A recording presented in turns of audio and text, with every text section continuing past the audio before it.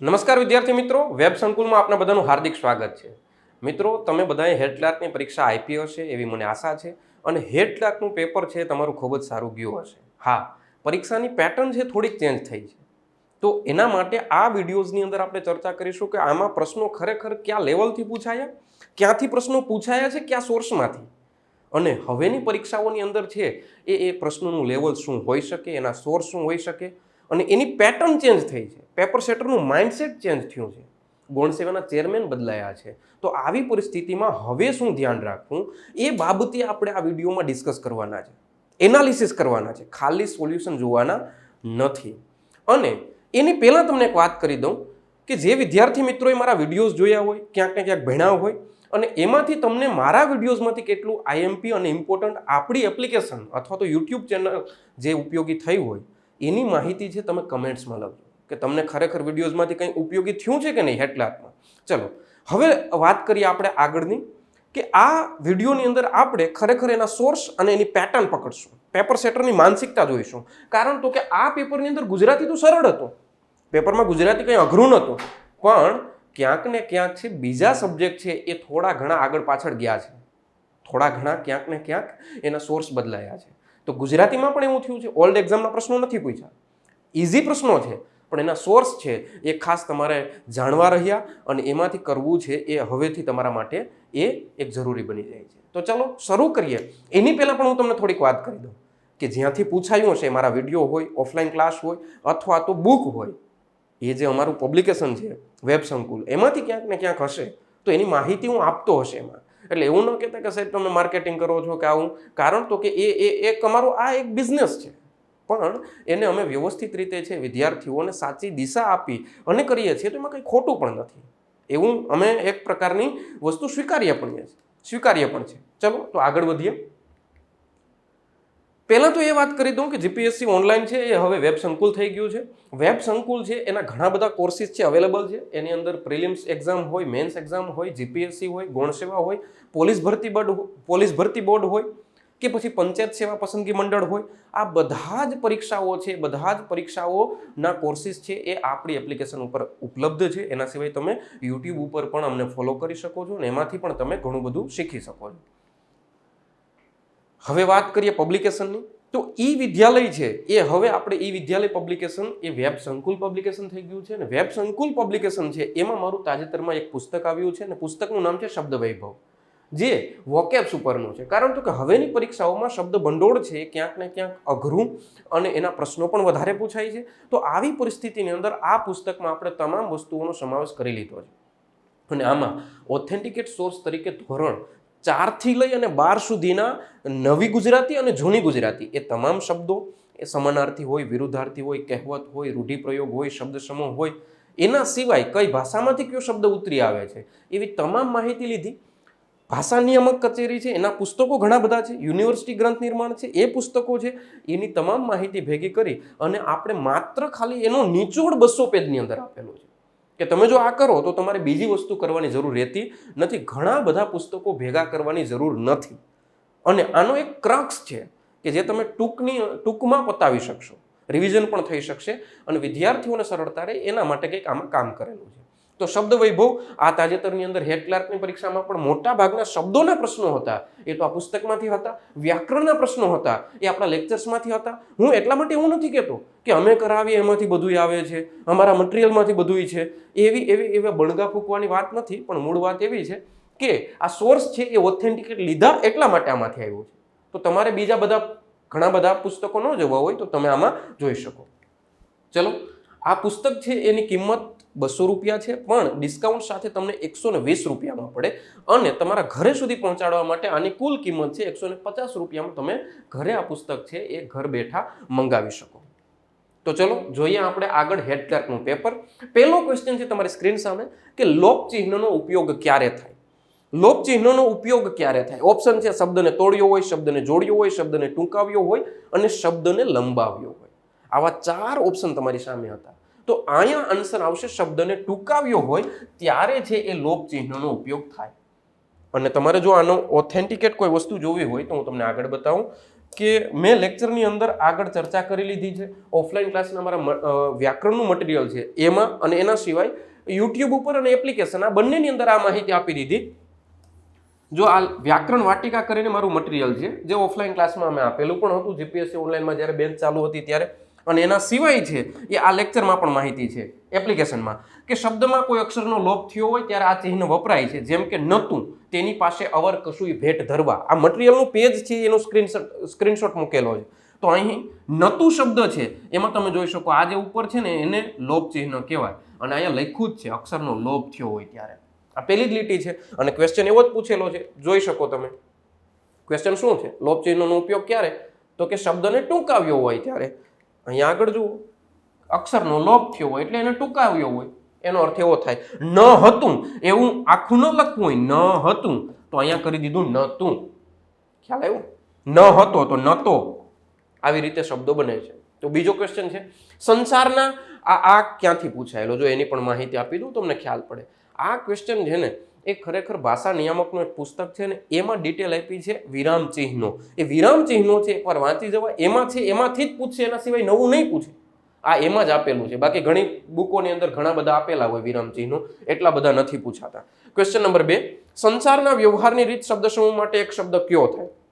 વ્યવહારિકતા, પરોપકાર, સંસારવાદ અને દુનિયાદારી. તો અહીંયા આન્સર સાચો આવશે દુનિયાદારી, ઓપ્શન ડી, કે જેની અંદર તમે છે સંસારની અંદર કઈ રીતે વ્યવહાર કરવો, કઈ રીતે રહેવું એ તમને ખબર હોય તો એને કહેવાય દુનિયાદારી. આપણે ઘણીવાર કહેતા હોય કે આને દુનિયાદારીની કંઈ ખબર નથી, મતલબ કે સંસારમાં વ્યવહાર અને રહેવાની એને રીતની ખબર નથી, એનો અર્થ એવો થાય. અને આ જે ક્વેશ્ચન છે એ પણ ઓથેન્ટિકેટ સોર્સમાંથી પૂછાયેલો છે, એટલા માટે આની અંદર પણ તમને ખ્યાલ હોવો જોઈએ કે આ પ્રશ્ન ક્યાંથી પૂછે છે. તો કે ભાષા નિયામક કચેરીનું એક પુસ્તક છે, ભાષા નિયામક કચેરી, રૂઢિપ્રયોગ અને કહેવત સંગ્રહ.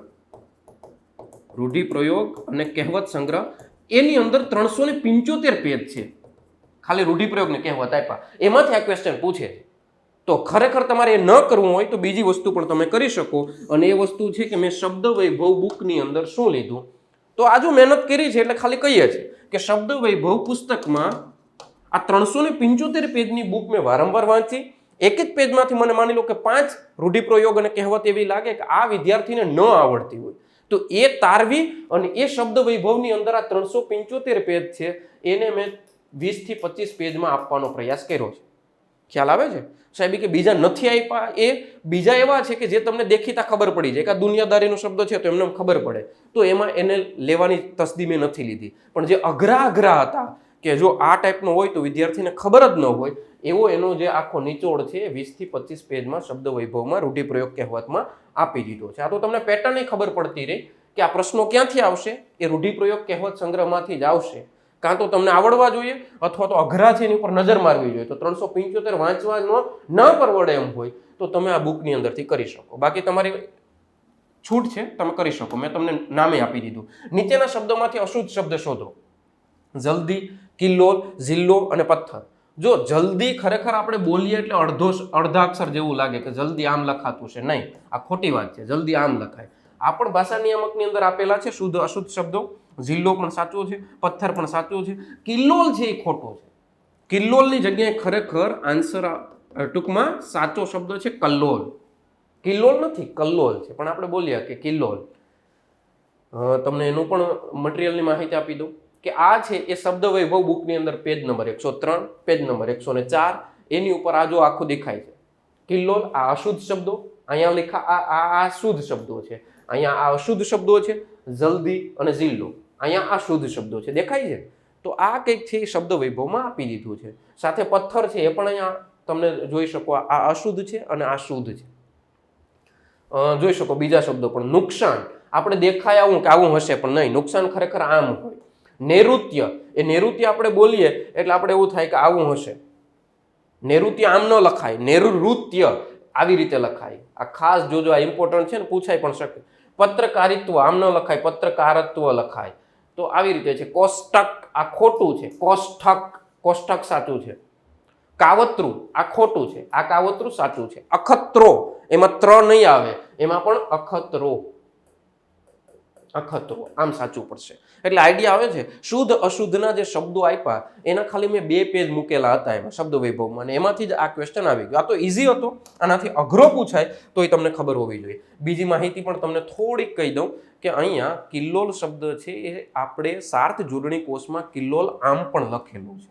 ખરેખર ભાષા નિયામકમાંથી મેં લીધું એટલે કલ્લોલ આવે. શબ્દ સાચો કયો આવે? કલ્લોલ. અને અહીંયા શું લખ્યું? અશુદ્ધ શોધો. તો અશુદ્ધમાં અહીંયા બીજ આવે.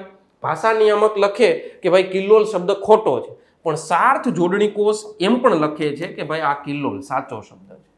તો હવે કદાચ વિદ્યાર્થીઓ છે એ આની અંદર પોતે સુધારા આપે અને બની શકે કે આમાં 4 છે એ સાચા શબ્દો છે, એવું કંઈક છે એ ઉપરથી આવી શકે અને આની અંદર માર્ક્સ ગ્રેસિંગ આપે.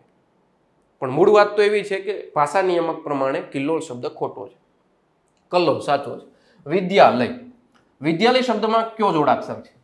તો આ કદાચ મારા લેક્ચર જોયો તો વારંવાર કીધું છે, પદ્ય, ગદ્ય, આ બધા જ ની અંદર છે એ દ્ય હોય, દ ને ય હોય. એવું મેં વારંવાર કીધું કે વિદ્યા, પદ્ય, ગદ્ય, વિદ્યાલય, વિદ્યાર્થી, એમાં દ્ય બોલાય. ખાસ જોજો. તો અહીંયા છે એ આની અંદર કયોનો શેનો જોડાક્ષર છે? તો કે દ અને ય નો, એટલે ઓપ્શન બી સાચો આવશે, દ પ્લસ ય. અને આ પણ છે આપણા મટીરિયલની અંદર, અને લેક્ચરની અંદર પણ મેં કીધું છે. એનો એક મેં તમને શબ્દ લખ્યો અહીંયા, જો એનો સ્ક્રીનશોટ મૂક્યો છે. દ વત્તા ય એટલે દ્ય થાય. દ્ય, આ ધ્ય નથી, દ્ય છે. ગદ્ય, પદ્ય, વિદ્યા, વિદ્યાર્થી, વિદ્યાલય, જો આવી ગયો છે. અહીંયા વિદ્યા છે, આ ધ્વનિ વિગ્રહ આપ્યો છે, વ વત્તા ઈ વત્તા દ વત્તા ય વત્તા આ ને એવું બધી તમે ભણી ગયા છે, પણ એ અહીંયા ધ્વનિ વિગ્રહ તરીકે નથી પૂછેલો. ક્વેશ્ચન નંબર 5 છે, શ્રગધરા છંદ કયો છે? મારા લેક્ચરની અંદર તમે છંદ ભણી ગયા અને મને આશા છે કે તમને આવડતા હશે.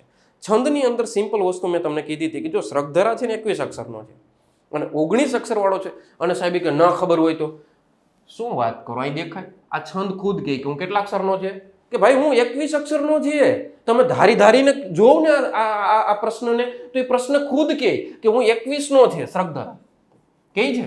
તો હવે આમાં ગોતી લ્યો 21 અક્ષર ક્યાં છે? 21 અક્ષર અહીંયા જો 3, 3 ને 2 5, 5 ને 2 7, 7 ને 2 9, 9 ને 2 11, 11 ને 3 14, 14 ને 3 17, ને 2 19, ને 2 21. આ 21 અક્ષરનો થાય. હવે એના સિવાયના બીજા તમે બધાય ગણી લ્યો એ 21 અક્ષરના છંદ જ નથી થતા. તો પછી તમારે ખરેખર આ બી સી ડી એની ઉપર જવાની કોઈ જરૂર જ નથી. અહીંયા ટીક કરી દેવાય કે ઓપ્શન એ આવશે આન્સર. ખ્યાલ આવે? અને જો એક છે 19 અક્ષરનો, 19 અક્ષરનો આવે શાર્દુલ વિક્રીડિત. અહીંયા હું ખાલી તમને એક માહિતી આપું કે આ બધું ક્યાંથી પૂછાય છે, કઈ રીતે કરવાનું છે. પાઠ્યપુસ્તક જીસીઆરટી છે નવી જૂની એની અંદર જે આપ્યું એ બધું મેં વિડીયોમાં કરાવી દીધું છે, એટલે તમારે થોથા છે એ ઉકેરવાની જરૂર નથી. ક્વેશ્ચન નંબર 6, હોશિયાર વિદ્યાર્થી નિયમિત ઘરકામ કરે છે. આ વિધાન છે એની અંદર ક્રિયા વિશેષણ ઓળખાવો. વિશેષણ એટલે શું? નામના અર્થમાં વધારો કરે. ક્રિયા વિશેષણ એટલે શું? ક્રિયાના અર્થમાં વધારો કરે. તો અહીંયા શબ્દ છે હોશિયાર, નિયમિત, કરે છે, પોતાનું. હા પોતાનું તો ક્યાં વસ્તુ જ છે? હોશિયાર વિદ્યાર્થી અહીં કઈ શબ્દ આપ્યો જ નથી વાક્યમાં, તમે ઘરનો લઈ આવો. આ જેને ટીક કરી હોય ને એને તૈયારી જ મૂકી દેવાય. પોતાનું શબ્દ અહીંયા વાક્યમાં જ નથી ને તમે લખો કે ક્રિયા વિશેષણ છે. કરે છે તો ક્રિયા છે, તો પછી આને તો મુકાતું જ નથી. હોશિયાર એ તો વિશેષણ છે, હોશિયાર વિશેષણ છે. હોશિયાર વિદ્યાર્થી, આ વિદ્યાર્થી નામ છે, એના અર્થમાં વધારો થાય છે. હોશિયાર ઘણા ઠોઠ હોય તો એ ઠોઠ વિદ્યાર્થી. સાહેબ કે ઠોઠ ગુણ થોડો થાય, નામના અર્થમાં વધારો કરી ગુણ નહીં, એ અવગુણ પણ હોય. તો આ હોશિયાર ખરેખર ગુણ છે, અને ઠોઠ વિદ્યાર્થી તો એ પણ ઠોઠ પણ એક ગુણવાચક વિશેષણ જ થાય. તો અહીંયા શબ્દ શું આવે? નિયમિત. વિદ્યાર્થી નિયમિત ઘરકામ કરે છે. ઘરકામ એટલે કે હોમવર્ક. બાકી તમે ઘરકામ કરો એ મને ખબર છે. તો અહીંયા જો એક કોષ્ટક આપ્યું હતું, મેં ભણાવેલું પણ છે અને મટીરિયલમાં પણ હતું આપણા પુસ્તકની અંદર, અને એમાં ક્રિયા વિશેષણ છે ને એના આ પ્રકાર આપ્યા છે: સમયવાચક, રીતવાચક, માત્રાવાચક, અભિગમવાચી, સ્થાનવાચક. આ પાઠ્યપુસ્તકની અંદરથી મેં લીધું હતું ભણાવ્યું ત્યારે, અને એમાં આન્સર આવે અહીંયા જો નિયમિત. જુઓ છો, રીતવાચક ક્રિયા વિશેષણ છે.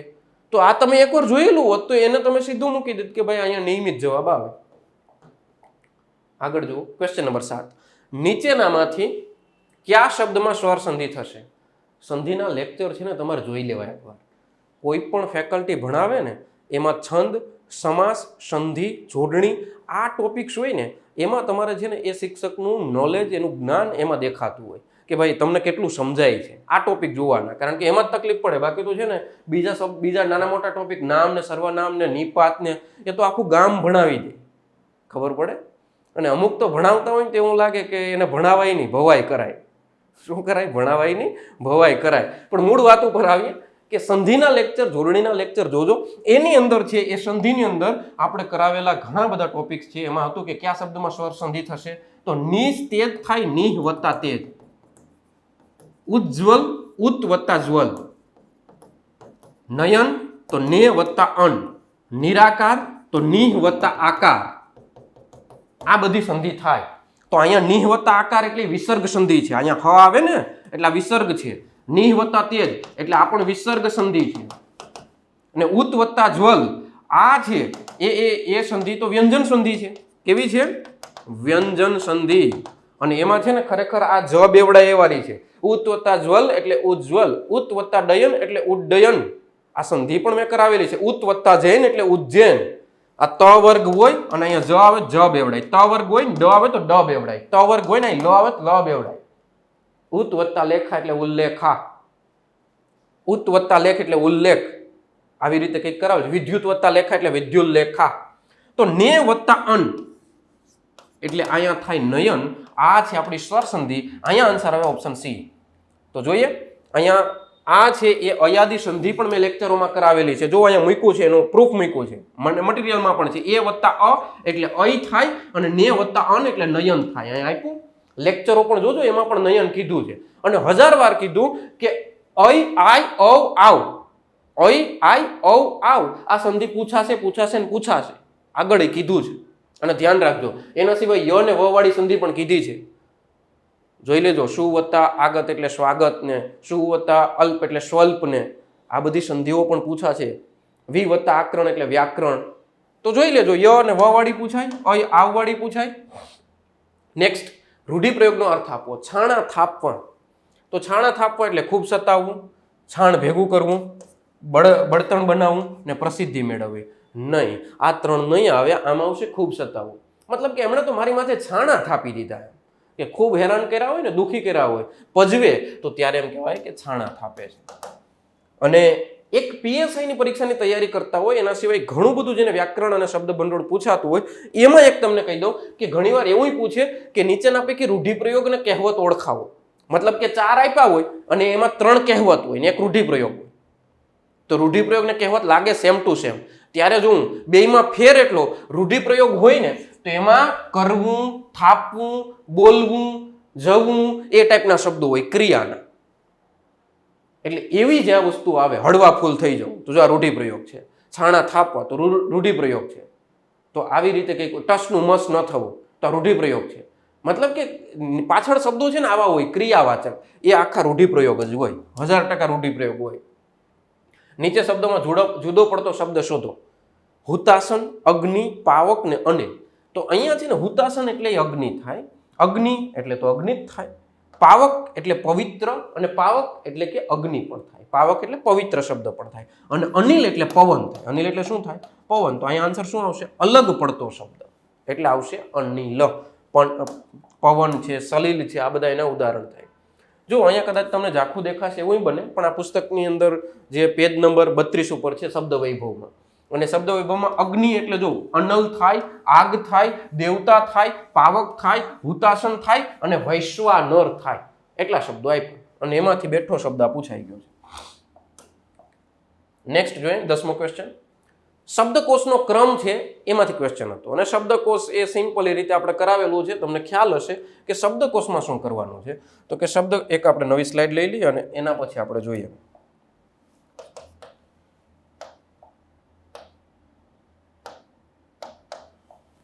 હા, રેડી.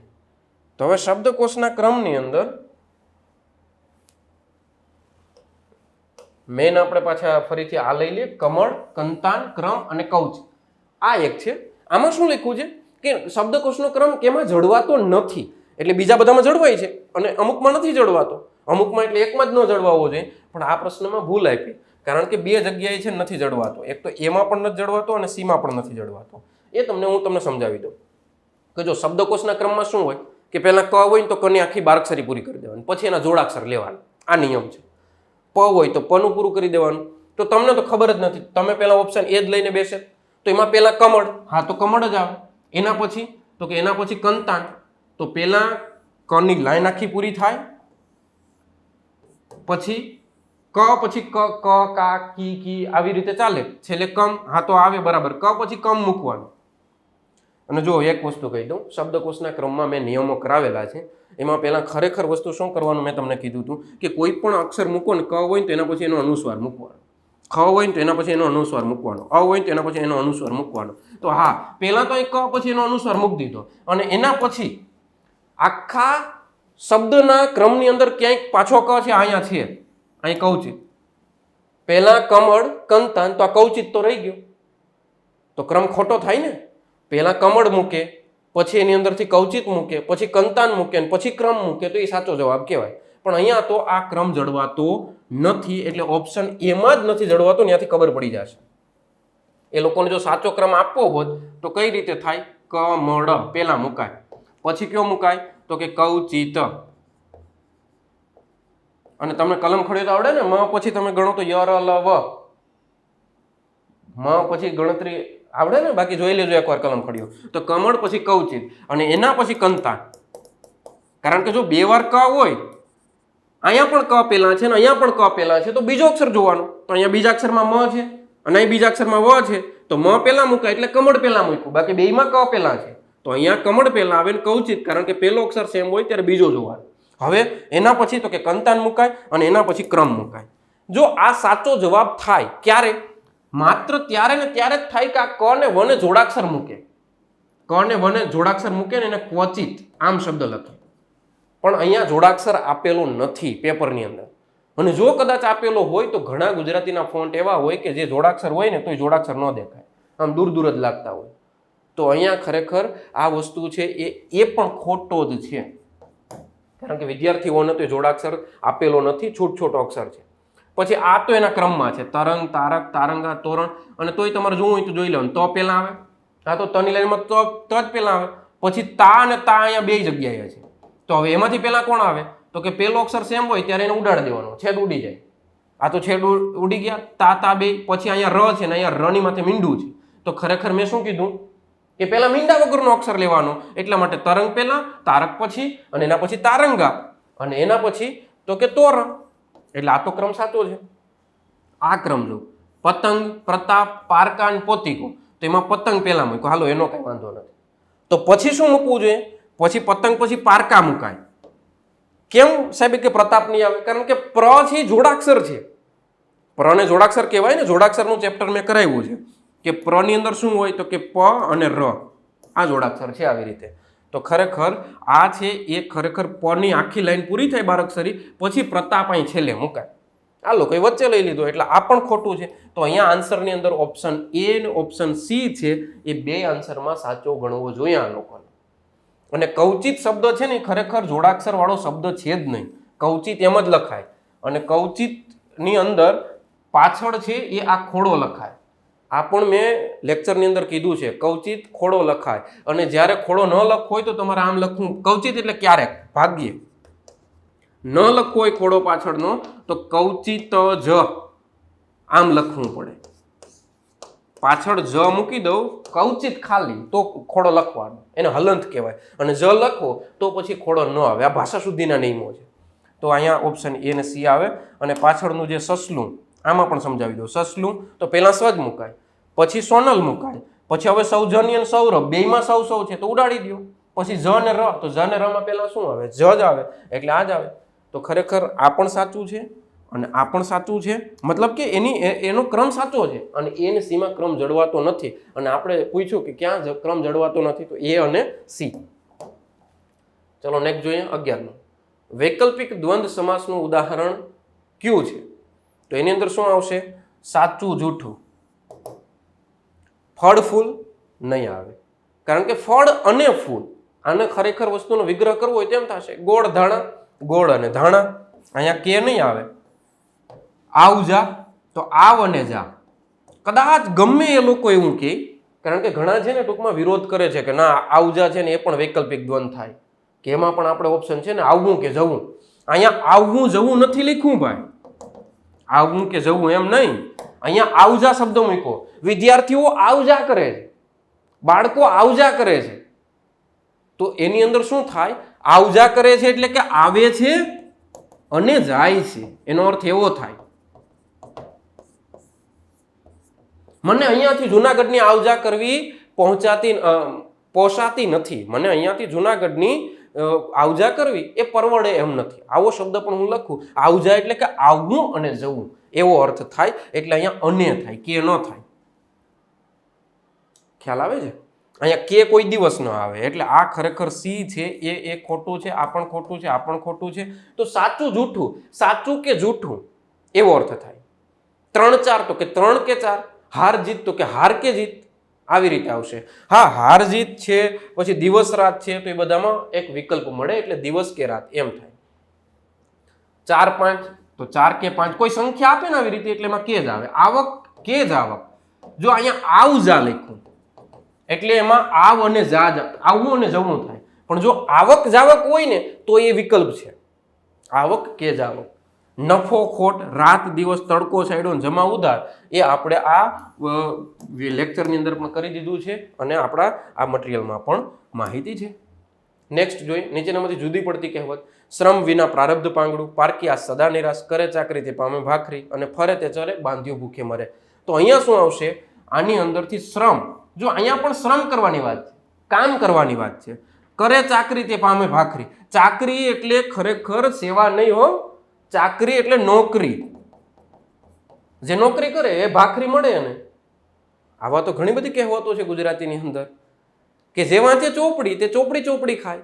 ચોપડી એટલે કે બુક, અને પછી ચોપડી ખાય એટલે કે રોટલી ને ચોપડીને ખાય, એના સંદર્ભમાં. તો અહીંયા કરે ચાકરી તે પામે ભાખરી, ફરે તે ચરે, બાંધ્યું ભૂખે મરે. ફરે તે ચરે મતલબ કે જે ક્યાંક કામ કરે, ક્યાંક બહાર નીકળે, એ ચરે એટલે ઢોર હોય ને આપણું પ્રાણી, એ બહાર ફરવા માટે જાય તો એ ચરીને આવે, ખાઈને આવે. તો અહીંયા પણ ખરેખર એ આપણી રોજીરોટીની વાત છે. અહીંયા પણ રોજીરોટીની વાત છે, અહીંયા પણ રોજીરોટીની વાત છે, શ્રમ કરવામાં. અને અહીંયા પારકી આસ સદા નિરાશ, અહીંયા બીજા ઉપર ભરોસો રાખવાનો નહીં એવી વાત છે. પણ ત્યાં રોજીરોટીની કે મહેનતની કે પોતાને મહેનત કરીને ખાવાની વાત અહીંયા નથી, એટલે ઓપ્શન બી છે એ જુદી પડે છે. જો આનો વિરોધી કહેવત હોય ને, પારકી આસ સદા નિરાશ, આવું પૂછે છે કે વિરોધી કહેવત આપો, તો એની વિરોધી કહેવત કઈ થાય? ખ્યાલ છે? એની વિરોધી કહેવત થાય, આપણે ઘણીવાર ગામડાની અંદર બોલતા હોય ઘણા લોકો, કે વાડ વગર વેલો ન ચડે. એનો અર્થ એવો થાય કે ક્યાંક છે એ ઓળખાણ હોવી જોઈએ, આપણા લાગતા ઓળખતા હોવા જોઈએ, તો એ આપણું કામ કરી આપે. તો પણ એ વિરોધી જ થઈ ને. અહીંયા શું કે બીજા ઉપર આશા નહીં રાખવાની, અને એકમાં એમ કે ભાઈ વાડ વગર વેલો ન ચડે, તો એની વિરોધી કહેવત થઈ. 13મો ક્વેશ્ચન, અપહનુતિ અલંકારનું ઉદાહરણ આપો. અપહનુતિ અલંકાર મેં અલંકારના લેક્ચરમાં કરાવી દીધો હતો. અપહનુતિ એટલે કે એકવાર નિષેધ કરવાનો, ના પાડવાની, અને પછી એને કંઈક છે અલગ રીતે ઉમેરવાનું. આવું કીધું કે ન હોય આ રાજગાદી, આ તો પંથ કંટકોનો, કે આ રાજગાદી નથી, ના પાડી દીધી. પછી શું કીધું કે આ તો કાંટાળો રસ્તો છે, એટલે રાજગાદીની જ વાત કરે છે. આવી રીતે આપણે બોલતા હોય કે ભાઈ આ નોકરી નથી, આ તો બધી ચિંતા છે, એનો મતલબ આપણે નોકરીની જ વાત કરીએ છીએ. તો આવી બધી આપણે જે ટેવો હોય છે, એકવાર ના પાડવાની અને પછી આપણે એને અલગ રીતે રિપ્રેઝેન્ટ કરવાનું, એ અપહનુતિ અલંકાર છે. તો અહીંયા આન્સર શું આવશે? કમળથી કોમળી રે બહેની અંગ છે એનું નહીં. અપમાનિત યશવતી તું તો ય માતે માં, તોય માતે માં. આ તો બધી અલંકાર અનન્વયનો થઈ ગયો. માતે માં આવે ને, ભલે સાહેબ કે આગળ બીજું લખ્યું, એનો કોઈ અર્થ નથી રહેતો. છેલ્લે લખ્યું ને માતેમાં, એટલે આ અનન્વય અલંકાર છે. આગળ, અને આ છે ને એ આપણે આગળ કરાવી દીધા, કે જેની અંદર મેં તમને એક અતિશયોક્તિ કીધો હતો. એના સિવાય અતિશયોક્તિ કોની સાથે આખો મિસમેચ થાય, આ બીજા પણ તમને કરાવો છું કે જે અહીંયા પૂછાઈ ગયા છે, એની અંદરથી આપણે વાત કરવાની છે. એક અતિશયોક્તિ છે કે જેની અંદર શું હોય તો કે વધારે પડતી કંઈક વસ્તુની વાત કરી દેવામાં આવી હોય, કે અતિશયોક્તિ હોય તો એની અંદર આપણે અતિશયોક્તિ મૂકતા હતા. તો આ શું અતિશયોક્તિ છે? આ તો અતિશયોક્તિ નથી. વ્યાજસ્તુતિ ને પણ છે તો કે નહીં સાહેબ, આ વ્યાજસ્તુતિ પણ નથી. તો આ અલંકાર કયો છે? કમળથી કોમળી રે બેની અંગ છે એનો. તમને કદાચ યાદ હશે કે મેં એના જેવા ઘણા બધા ઉદાહરણો આપેલા છે, અને એ છે કે જેની અંદર આપણે એવું કહેતા હોય કે કંઈક વસ્તુ છે ને જે ઉપમેયને ઉપમાન કરતા ચડિયાતું બતાવી દેવામાં આવે ત્યારે જે અલંકાર બને ને એ અલંકાર આ કમળથી કોમળી રે બેની અંગ છે એને આપણે કહેતા હોય. જેમ કે વર્ષે ઘડીક વ્યોમ વાદળી રેલો, વર્ષે ઘડીક વ્યોમ વાદળી રેલો, માડીનો મેઘ બારે માસ. તો આ બને છે કે જેની અંદર આપણે છે માડીના પ્રેમને છે એ વરસાદથી પણ વધારે બતાવી દીધો છે. તો એવી કન્ડિશનની અંદર આપણે આ ટાઈપના અલંકાર થાય. ન શહેર, તમે વિચારો, હું તમને કહીશ હમણાં છેલ્લે પાછું યાદ કરાવી. ન શહેર આ વિરાટ કો વ્યથા, તો આ અલંકાર છે અપહનુતિ છે કે જેની અંદર છે આપણે એકવાર નિષેધ કરી દીધો કે ભાઈ ન શહેર, આ શહેર નથી, આ તો એક વિરાટ છે, વ્યથા છે, વિરાટ ચિંતા છે, વિરાટ સમસ્યા છે, આવી કંઈક વસ્તુની વાત કરી દીધી. તો એ શહેરની જ વાત કરે છે, એટલા માટે ઓપ્શન સી અહીંયા આન્સર આવે. આના જેવો એક અલંકાર પણ મેં કીધો હતો કે ન શહેર, આ તો ધૂમ્રના ધુઆ, કે આ શહેર નથી. તો આપણે એમ થાય કે વળી શું હશે, તો કે આ તો બધી છે ને એ ધૂમ્રના ધુઆ છે, કારણ કે સિટીમાં પ્રદૂષણ હોય. તો એ સિટીની જ વાત કરે છે, એનો અર્થ એવો થાય. પછી આપણે જેમાં કહેતા હતા કે નથી આ ન હોય એક દળકટક, મતલબ કે એ સૈન્ય નથી, તો આપણે એમ થાય કંઈક સારા લોકો હશે. નથી એ સૈન્ય, આ તો છે તલવારોનું સાક્ષાત અરણ્ય, એટલે કે આ તો તલવારોનું સાક્ષાત જંગલ છે. કારણ કે લોકો બધા નીકળતા હોય યુદ્ધ કરવા માટે અને હાથમાં તલવારો લઈને જતા હોય, તો એ શું લાગે, તલવારોના જંગલ જેવું જ લાગે ને, એટલા માટે એને કહેવામાં આવે.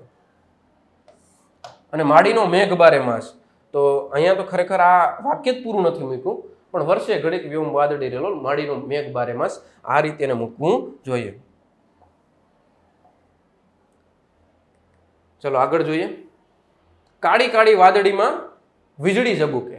જો એક તમને વાત કરી દો, અહીંયા છે ને મને કેટલામ ક્વેશ્ચનમાં હતા આપણે 14. કાળી કાળી વાદળીમાં વીજળી ઝબૂકે પંક્તિમાં કયો અલંકાર છે? તો અહીંયા કાળી કાળી, અહીંયા બે વાર આ શબ્દ રિપીટ થયો છે ક અને પછી શું રિપીટ થયો છે? વાદળીમાં વીજળી ઝબૂકે. અહીંયા પાછો વ રિપીટ થયો. જ્યારે વાક્યની અંદર આવું કંઈક હોય તો એમાં અલંકાર આવે વર્ણ સગાઈ. ધ્યાન રાખજો. તમે તો શું કરીને બેઠા કે કામિની કોકિલા કેલી કુંજન કરે, સાહેબ કે એટલો જ રિપીટ થવો જોઈએ. બધામાં ક હોય તો વર્ણ સગાઈ આવે જ, પણ આવી રીતે અહીંયા બે વાર ક રિપીટ થયો અને બે વાર વ રિપીટ થયો તો એને વર્ણ સગાઈ કહેવાય. અથવા તો એને આપણે બીજું નામ કહીએ વર્ણાનુપ્રાસ.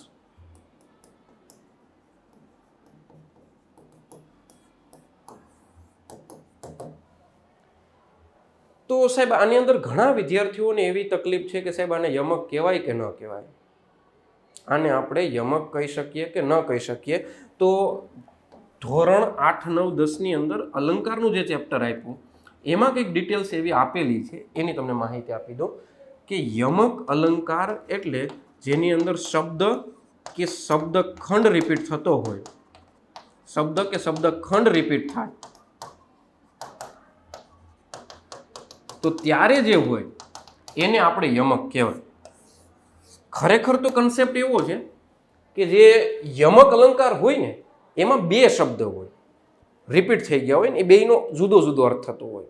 મતલબ કે ઉદાહરણ એવો હોય, હું નવી સ્લાઇડ લઈને તમને કહું કે જવાની તો જતી રહેવાની, જવાની તો જવાની, મતલબ કે આ જવાની એટલે યુવાની, આ જવાની એટલે જતી રહેવાની.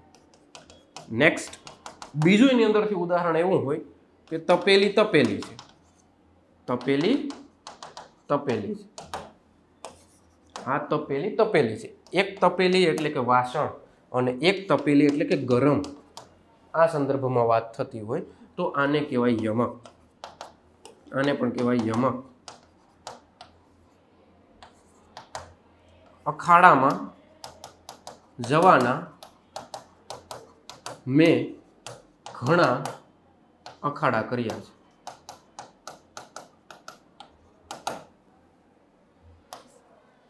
તો આની અંદર શું આવશે? એક અખાડો એટલે કે કુસ્તીનું મેદાન કે જ્યાં બધા લોકો કાયમી માટે પ્રેક્ટિસ કરવા જતા હોય, એટલે એક પ્રકારનું જીમ સમજી લ્યો. અને અખાડા એટલે કે પ્રયાસો. અખાડામાં જવાના ઘણા મેં પ્રયાસો કર્યા છે પણ આપણાથી પહોંચાતું નથી. તો અહીંયા બે અખાડાના શબ્દ અલગ અલગ થયા. તો આવી સ્થિતિમાં એને કહેવાય યમક. તો હવે તમે મૂળ વસ્તુ પર આવી જઈએ કે અહીંયા આ તો બે શબ્દો ને બે જુદા જુદા અર્થ, પણ પાઠ્યપુસ્તક લખે કે શબ્દ કે શબ્દખંડ રિપીટ થતો હોય તોય એને આપણે યમક અલંકાર કહેવાય. એટલે કોઈ વિદ્યાર્થી છે આની અંદર સાચા પ્રૂફ સાથે ધોરણ 10 અલંકાર ચેપ્ટર એ રેફરન્સ મૂકી અને જો એનો એક દાવો કરે તો એ લોકો આને યમક પણ ગણી શકે. કારણ કે એક ઉદાહરણ પણ પાઠ્યપુસ્તક જૂની બુકની અંદર હતું અને હતું હળવે હળવે હરજી મારે મંદિરિયા આવો રે. તો હળવે હળવે શબ્દો છે એના કોઈ બે અર્થ થતા જ નહોતા. હળવે હળવે હરિજી મારા મંદિરિયા આવું, આવું ઉદાહરણ પણ આવ્યું હતું ને ત્યાં 2 વાર હળવે હળવે રિપીટ હતું, ખાલી 2 વાર રિપીટ હતું એટલે એને એ લોકો યમક કીધો હતો. તો અહીંયા 2 વાર કાળી કાળી શબ્દ રિપીટ છે એટલે પાઠ્યપુસ્તક પ્રમાણે, અને એ લોકો તો એવું કહે છે કે આ કેવો છે તો કે શબ્દાલંકાર છે, શબ્દાલંકારમાં અર્થ જોવાનો નથી. આ હું પાઠ્યપુસ્તકે લખ્યું છે. તો તમારામાં જો તાકાત હોય તો તમે આને ચેન્જ કરાવી શકો એવી કંઈક વસ્તુ છે. 14મો ક્વેશ્ચન રેફરન્સ પણ આપ્યો ધોરણ 10.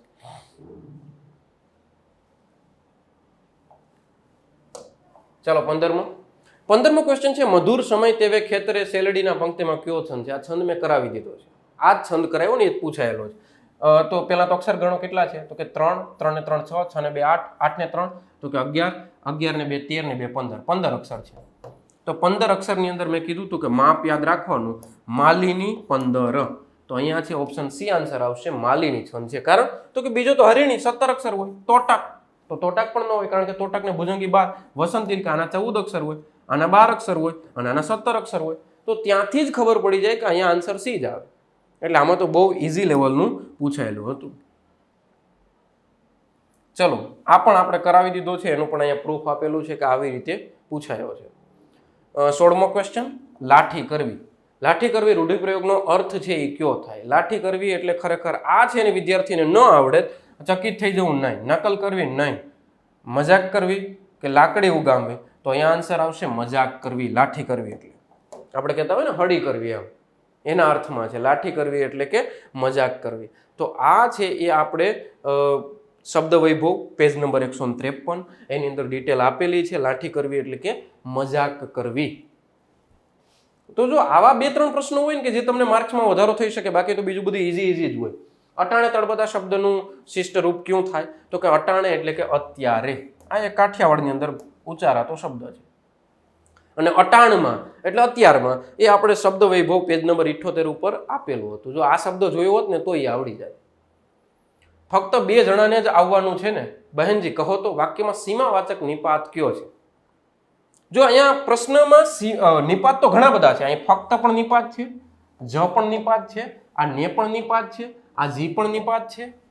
તો આ બધા નિપાત છે. પણ અહીંયા પૂછ્યું સીમાવાચક, જે સીમા બતાવે. તો સીમાવાચક નિપાત અહીંયા છે. આ ફક્ત લિમિટ બતાવે. અને પાઠ્યપુસ્તકમાં છકડો પાઠ આવતો પહેલા, ગીલાનો છકડો. તો ગીલાના છકડા પાઠની અંદર તમને બધાને ખ્યાલ હશે કે એમાં એક વાક્ય આવતું કે આવું ટીવી તો ફક્ત ગામમાં 2 જણને ત્યાં જ છે. તો આવું ટીવી ફક્ત 2 જણાને ત્યાં છે. તો એ ફક્ત શબ્દ એમાં સીમાવાચક નિપાત તરીકે આવતો. આ આપણે મટીરિયલમાં આપેલું છે સીમાવાચક. જો ફક્ત 10 વખત લખજો ને ફક્ત 10 મિનિટમાં મેં લખ્યું ને આ બધા શબ્દો ઉપર પણ તમને આઈડિયા આવે કે આમાં આ જવાબ આવે. અને બીજી એક થોડીક માહિતી કહી દઉં તમને કે તાજેતરની અંદર વેબ સંકુલ દ્વારા જીપીએસસી ઓનલાઈન કે જે હવે વેબ સંકુલ છે એમના દ્વારા ગુજરાતના અલગ અલગ શહેરોની અંદર વેબ સેમિનાર થવા જઈ રહ્યા છે. અને આ સેમિનાર 7 દિવસ માટે હશે. એમાં તમામ પ્રકારનું છે એ સાહિત્ય પણ આપવામાં આવશે અને સવારથી લઈ અને સાંજ સુધી 10-10 કલાક સુધી ભણાવવામાં આવશે. અને તમારો તમામ સિલેબસ છે કમ્પ્લીટ કરવામાં આવશે. એટલે તમારું સિલેબસ પણ કમ્પ્લીટ થાય, તમને મટીરિયલ્સ પણ મળે અને એની ફી છે એ માત્ર 2500 રૂપિયા હશે. ને પણ તમારા શહેરની અંદર તમે ખુદ ભણી શકો અને જેની અંદર વેબ સંકુલની છે એ આખી ટીમ છે એ હાજર હશે અને એ તમને ગાઈડ કરશે. તો એના ઉપર તમારે જો રજિસ્ટ્રેશન કરાવવાનું હોય તો અહીંયા નંબર છે એ સ્ક્રીન ઉપર છે, આગળ પણ હેલ્પલાઇન આપેલી હતી, એના ઉપર તમે કરી શકો. હવે છે ક્વેશ્ચન નંબર 19, પતિ જ શબ્દનો સમાનાર્થી શબ્દ. પતિ જ છે એ ધોખો, ભરોસો, એતબાર, વિશ્વાસ. તો અહીંયા સમાનાર્થી કયો નથી એ જોવું ખાસ જરૂરી હતું. સમાનાર્થી કયો નથી ને કયો છે ને ખાસ જોવું. તો અહીંયા આ ધોખો શબ્દ, ધોખો એટલે ફરિયાદ થાય અને આ ત્રણેય છે ને એ પતિજના સમાનાર્થી છે. ભરોસો, એતબાર, વિશ્વાસ, ખાતરી, આવા બધા શબ્દો છે એના સમાનાર્થી હોય. અને આ પણ આપણે શબ્દ વૈભવમાં છે. પેજ નંબર 14 ઉપર, પેજ નંબર 25 ઉપર 2 જગ્યાએ ધોખાની માહિતી આપી અને પતિજ એટલે વિશ્વાસની માહિતી પણ આપેલી છે. આ જોયેલું હોત તો તમને માર્ક્સ મળે. હું પત્ર લખું છું એનું પ્રેરક વિધાન વાક્ય કયું થાય એ વસ્તુ જોવાની હતી. તો અહીંયા છે હું પત્ર લખું છું, હું પત્ર લખાવડાવું છું, હું પત્ર લખાવીશ, મારાથી પત્ર લખાશે. તો જો તમારે છે ને વાક્યમાં કોઈ દિવસ કાળ નથી બદલાવાનું, પછી કર્તરીમાંથી કર્મણી નથી કરવાનું. જ્યારે વાક્ય ચેન્જ કરતા હોય ને, પ્રેરક કરતા હોય ત્યારે આને પ્રેરક બનાવવાનું છે. તમારે કર્મણી થોડું કરવાનું છે કે થી થકી વાડે દ્વારા લગાડો તો કાઢી નાખો, તો આ તો કોઈ દિવસ ના આવે. ને હું પત્ર લખાવીશ આ પણ નહીં આવે. હું પત્ર લખું છું, આ કાળ જુઓ તમે, વર્તમાન છે ને અહીંયા હું લખાવીશ, આ તો આખી વસ્તુ કાળ જ ચેન્જ કર્યો એટલે આ બી પણ ન આવે અને સી પણ ન આવે. હવે તો સ્પર્ધામાં એ ને ડી હતા, એમાં ઘણા સ્ટુડન્ટને તકલીફ થઈ ગઈ અને શું થયું કે ભાઈ ઘણા એ જવાબ પણ લખી નાખ્યો, કારણ કે ઘણા ભણાવે પણ છે એવું કે સાહેબ કે આવ ડાવ પણ લાગે નહીં. જો હું તમને સ્પષ્ટ કહી દઉં, પ્રેરક વાક્ય બનાવવા માટે શું જરૂરી હોય? પ્રેરક વાક્ય છે ને, એક તો એની અંદર આવ લાગે અને એક પ્રત્યે ડાવ પણ લાગે. ક્યારેક જો આવ અલગથી લાગે, ડાવ લાગે અને આડ લાગે, આવા 3 પ્રત્યય લાગે, પણ બધા શબ્દો અલગ અલગ હોય. આવ ક્યારે લખે? જો લખ શબ્દ હોય ને તો એમાં આવ લાગે, એટલે કે લખાવે છે. જો આવી રીતે થાય, લખ હોય તો લખાવે થાય. અને આડ ક્યારે લાગે? રમ શબ્દ હોય ને, મતલબ કે હું રમું છું, તો એનું કરવું હોય ને તો હું રમાડું છું, તો ત્યાં જો આડ લાગ્યું દેખાય છે. હવે ડાવ ક્યારે લાગે? હું બતાવું છું, હું વિદ્યાર્થીઓને પુસ્તક બતાવું છું, તો એમાં સોરી આ તો આખું ચેન્જ જ છે એટલે એ એક્ઝામ્પલનું લેતા. ડાવ પ્રત્યે ક્યારે લાગે? ડાવ પ્રત્યે ક્યારે લાગે? તે ખાય છે, તો એનું કરવું હોય તો એની અંદર કોઈ દી આવ નહીં લાગે. તે ખવાવે છે, હું તો કરે લખાય નહીં. હું તે ખાય છે, અથવા તો આગળ બીજા પણ લખું તો તે ખાય છે, તો એનું શું કરવું પડે? તે ખવડાવે છે. જો અહીંયા ડાવ પ્રત્યે લગાડવું પડે, લગાડ્યું. કારણ તો કે આનું ખાય શબ્દ છે એનું આ આવ પ્રત્યે લાગતો નથી. જો પ્રેરક બનાવવાનું હોય તો તમારે પહેલા આવ લગાડવાનું હોય. શું લગાડવાનું હોય? આવ લગાડવાનું હોય. જો તમે આવ ડાવ લગાડો તો આ પુનઃ પ્રેરક થઈ જાય. કેવું થઈ જાય? પુનઃ પ્રેરક. પણ અમુક ઓછા શબ્દો એવા છે કે જે મેં તમને કીધું કાંઈ ખાય છે. એક શબ્દ છે રમે, તે બાળક, હું રમું છું અથવા તો બાળક રમે છે અને બાળકને રમાડે છે, તો અહીંયા આડ પણ લાગે છે, ડાવ પણ લાગે છે. તો એવા અમુક શબ્દો સ્પેસિફિક છે કે એમાં બધામાં અલગ અલગ વસ્તુ આવતી હોય છે. આઈડિયા આવે છે? પણ તો અહીંયા હું પત્ર લખાવું છું, આવું બને છે, આવું વાક્ય બને છે, તો તમારે એમાં લખાવડાવું છે એવું લખવાની જરૂર નથી. અહીંયા ખાય છે એમાં તો ખવાવે છે એવું લખાય નહીં, એટલા માટે પછી તમારે ખવડાવે છે એમ જ લખવું પડે. જ્યાં આવ ન લાગતું હોય ને ત્યાં જ ડાવ પ્રત્યય લગાડે પ્રેરકની અંદર, ને બાકી જ્યાં લાગતો હોય ત્યાં તમે લગાડો ને તો પુનઃ પ્રેરક થાય. એટલે આ મગજમાં ઠોકીને બેસાડી દેજો. એટલે આન્સર સાચો આ જ થાય, ઓપ્શન ડી. ચાલો આગળ જોઈએ. બોબડી બેહી ચૂકી. આ છે રૂઢિપ્રયોગ કહેવત સંગ્રહ ભાષા નિયામક 375 પેજ, એમાંથી પ્રશ્ન છે. તો આનો એક સાથે બે કામ ન થાય, નહીં, એ નથી અર્થ થતું. એકેય પક્ષે લાભ ન થવું, તો આન્સર છે એકેય પક્ષે લાભ ન થવું, કે બોબડી બેહી ચૂકી એમ એ અર્થમાં. મતલબ કે બે વસ્તુ લક્ષી આપણા હાથમાંથી નીકળી જાય તો એમ કહેવાય કે બોબડી બેહી ચૂકી. આ એક પ્રકારની વસ્તુ કહેવત છે. નીચેનામાં કયો, અને એમાંથી જે ઇમ્પોર્ટન્ટ જે કહેવત રૂઢિપ્રયોગ આખું આપણે લઈ લીધું, જે આવડી જાય એમાં તો એ નથી લીધું બુકની અંદર. મૂર્ધન્ય વર્ગીય કયો છે? તેમાં આન્સર આવશે સી, ઠ. ટ, ઠ, ડ, ઢ, આ બધા મૂર્ધન્ય છે. જો આ આપણે માહિતી આપી દીધી વ્યાકરણ વાટિકાની અંદર. ટ, ઠ, ડ, ઢ, ણ મૂર્ધન્ય. અને યાદ રાખવા માટે પણ મેં તમને કીધું તો આ કઈ રીતે ક્રમમાં યાદ રાખવું, શોર્ટકટ ને બધું જોઈ લેજો એકવાર વિડીયોમાં. નીચેનામાં વિકલ્પોમાંથી કઈ સંજ્ઞા અવિકારી છે? સંજ્ઞા વિકારી કે અવિકારી હોય તો ઘણાને આ જ ખબર પડી, કારણ તો કે વિકારી અવિકારી તો સાહેબ કે વિશેષણ હોય, કે આ વિકારી વિશેષણ અને અવિકારી વિશેષણ. નામ પણ વિકારી અવિકારી હોય, હા હોય. અને એની ડિટેલ્સ આપણે ક્યાં લીધી છે? એની ડિટેલ્સ આપણા વિડીયો કોર્સની અંદર આપી દીધી છે મેં, જોજો. અને સંજ્ઞા મૂર્ત કે અમૂર્ત પણ હોય છે. સંજ્ઞા કેવી હોય? મૂર્ત કે અમૂર્ત? ભવિષ્યમાં આવો ક્વેશ્ચન પૂછી શકાશે કે કઈ સંજ્ઞા મૂર્ત છે અને કઈ અમૂર્ત છે. તો એકવાર નોંધ કરજો કે મૂર્ત, અમૂર્ત અને વિકારી, અવિકારી. વિકારી અવિકારી સંજ્ઞામાં શું હોય? જો બહુવચન થાય તો એના પ્રમાણે એ સંજ્ઞાની અંદર ફેરફાર આવે. લિંગ બદલે અથવા તો વચન બદલે એટલે ફેરફાર આવે તો વિકારી, અને ન થાય તો એને અવિકારી કહેવાય. જો સસલું છે એનું બહુવચન કરો તો સસલા થાય, ટમેટું છે એનું બહુવચન કરો તો ટમેટા થાય, ઘેટું છે તો ઘેટા થાય, પણ ચીકુ તો ચીકા ન થાય. એ ધ્યાન રાખજે દીકરા. શું થાય? ચીકુ તો આની અંદર એ ચીકુ જ રે, એટલા માટે આ અવિકારી છે. ચલો આગળ જોઈએ. તો આ ડિટેલ્સ છે વ્યાકરણ વાટિકાની અંદર, અને એમાં વિકારી સંજ્ઞા એટલે કે જે લિંગ કે વચન અનુસાર છે એ સંજ્ઞાનું રૂપ બદલાય તે વિકારી. ઉદાહરણ છે વાંદરો, વાંદરી, વાંદરું, કાંસકો, કાંસકી, ચપ્પુ, ચપ્પા, પંખો, પંખા, આવી રીતે. અને અવિકારી સંજ્ઞા છે ખેતર છે, વર્ગ છે, રાજા છે, ઘી છે, લાડુ છે, નદી છે, અને હજી હવે એક યાદ રાખજો ચીકુ. તો એ કેવા છે? તો કે એ અવિકારી છે. 24મો નિર્દય. સંધિ વિગ્રહ શું થાય? તો સંધિ વિગ્રહ આની અંદર થશે નિહ વત્તા દય.